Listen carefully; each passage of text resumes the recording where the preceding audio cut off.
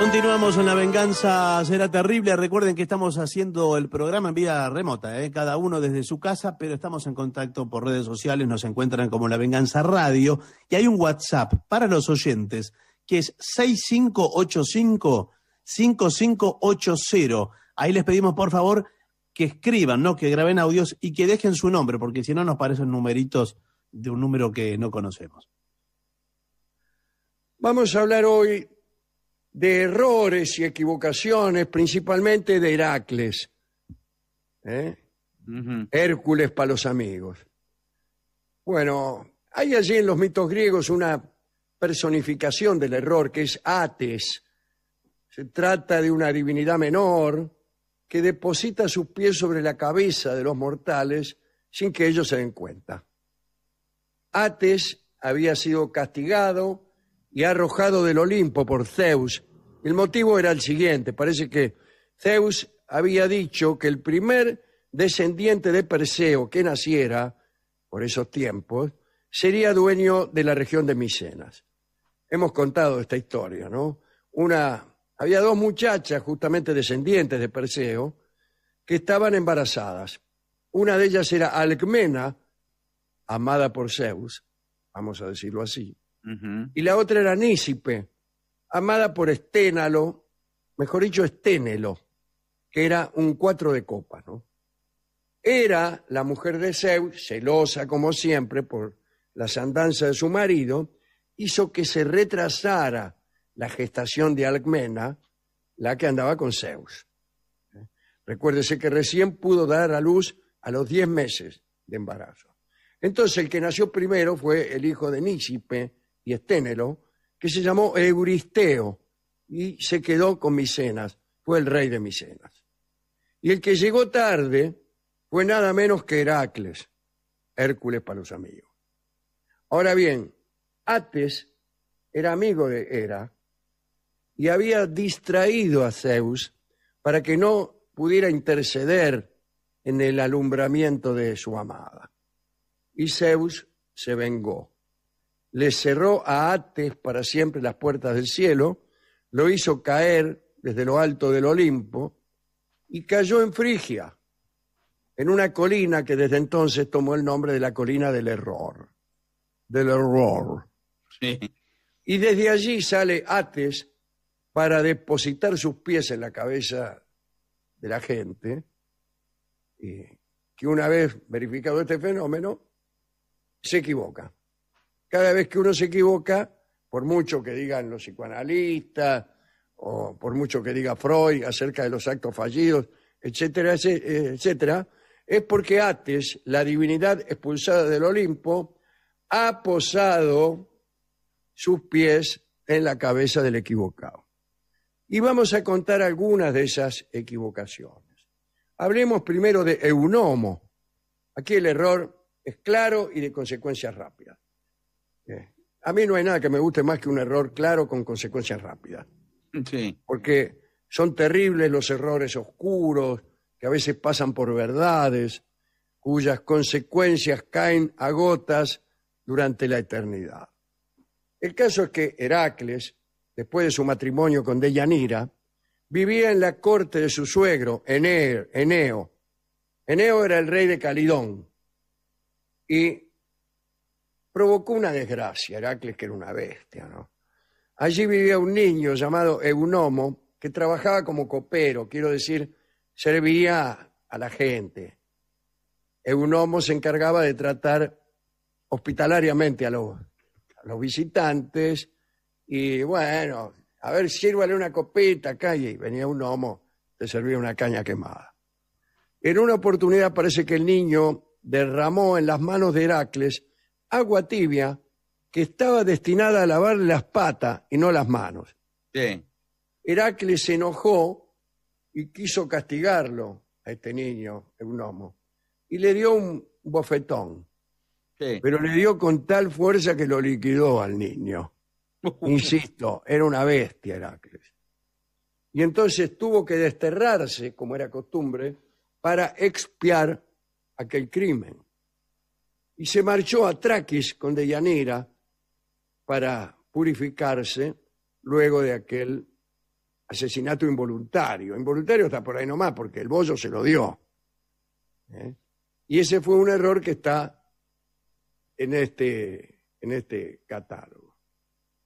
El otro error también lo protagoniza Heracles. Recuerden ustedes que la primera hazaña de Heracles durante su juventud fue matar al león de Citerón, una fiera muy grande y muy feroz que producía verdaderos desastres en los rebaños del rey Tespio. Ningún cazador se atrevía a enfrentarlo.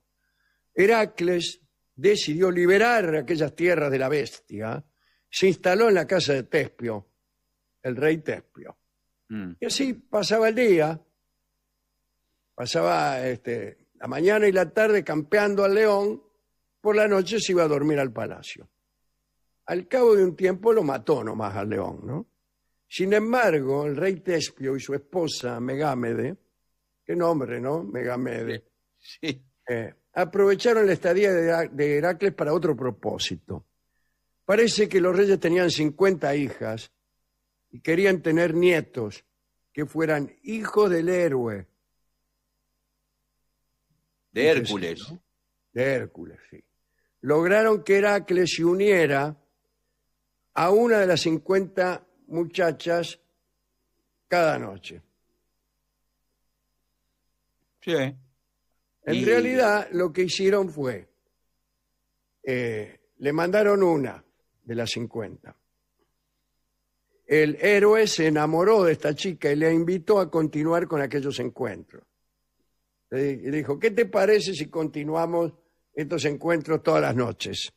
Sí. Heracles pensó desde ese momento que se encontraba siempre con aquella muchacha. Pero ahí está el error. Sí. Se le había parado Ates sobre el valero. Todas las noches Megámede, la madre, se las arreglaba para introducir en la cama de Heracles a una de sus 50 hijas. Y así durante 50 noches. En la oscuridad, Heracles se unió con todas pensando que eran la misma. Probablemente de algún modo lo eran, ¿no? Bueno. Y de este modo tuvo 50 hijos, los llamados Tespíadas. Yo creo que tuvo 51, porque una de ellas tuvo mellizos. Preguntarán ustedes, ¿cómo confundía una hermana con la otra? Bueno, siendo que por tratarse de 50, la mayor sería bastante más grande que la menor. También salta la pregunta de cómo se hace para tener 50 hijas, ¿no? Yo creo que no todas serían de la misma madre. Ah, bueno, claro. Pero la confusión de Heracles puede explicarla la costumbre de la antigüedad clásica de completar los actos venéreos en la más absoluta oscuridad. Claro, eso es el episodio de Jacob con sus dos mujeres. No se acostumbraba a encender lámparas. Incluso algunos orientales acusaban a los griegos como si fuera un gran pecado el copular con la luz prendida. Discúlpeme. Bueno. Bueno, el caso es que Heracles a la criolla y al oscuro, no, en la verdadera oscuridad, no en esta oscuridad que conocemos nosotros, esta semipenumbra que reemplaza a la oscuridad verdadera en las ciudades, ¿no? Siempre uno está a menos de 5 metros de una lamparita. Sí. No Bueno, es total, pero en no. esa época sí. Sí. En la verdadera oscuridad, en la impenetrable oscuridad, todas las hijas de Tespio se parecían. Pero también contribuía probablemente a esto la oscuridad de la mente de Heracles, ¿no? La oscuridad del amante que no discrimina. La oscuridad del amante infalible, que es el que no discrimina. El amante falible lo es muchas veces porque discrimina, porque no son para él todas las amantes iguales. Y entonces con algunas es muy eficaz y con otras insolvente. Y esto que parece un defecto es para mí la mejor virtud de un amante, que es el que establece diferencias. El que mantiene siempre la misma eficacia en realidad es el más indeseable de los amantes. Bueno, Ates, esta divinidad, tiene una característica en la que insisto. Uno no advierte su presencia, de modo que comete los errores que son hijos de ese posarse de Ates sobre nuestras cabezas, en la creencia de que está acertando. Es imposible entonces arrepentirse de errores que no registramos como tales. La pregunta sería, ¿y cómo se da cuenta uno de esos errores? ¿Cómo podría darse cuenta? La respuesta es que uno no se da cuenta de esos errores. A lo mejor vivimos convencidos de cosas que son absolutamente falsas. En este mismo momento, mientras hablamos del error y de la imposibilidad de registrarlo como tal, tal vez estemos cometiendo otro error que ni siquiera sospechamos. ¿Y qué podemos hacer ante esa duda, ante esa realidad, que es la posibilidad, a veces cierta y a veces remota, de que estemos cometiendo todo el tiempo gravísimos errores? Y la respuesta es hacer que las consecuencias de nuestros actos sean lo más livianas posibles. Rodearnos de una red tal de tolerancia y de cuidado, que si es verdad que estamos cometiendo errores, al menos estos no tengan consecuencias trágicas para nadie. Esto deberían aprenderlo antes que nada los jueces, pero también las personas que en su intolerancia piden de continuo toda clase de escarmientos para cualquier clase de actos reales, ficticios, supuestos. Hemos ido a la discoteca y nos hemos encontrado con una canción dedicada a Heracles. Sí. Que se llama El Poderoso, que cuenta la historia de un señor que también tenía, como Heracles, muchas novias, muchas amantes. Canta Alberto Merlo.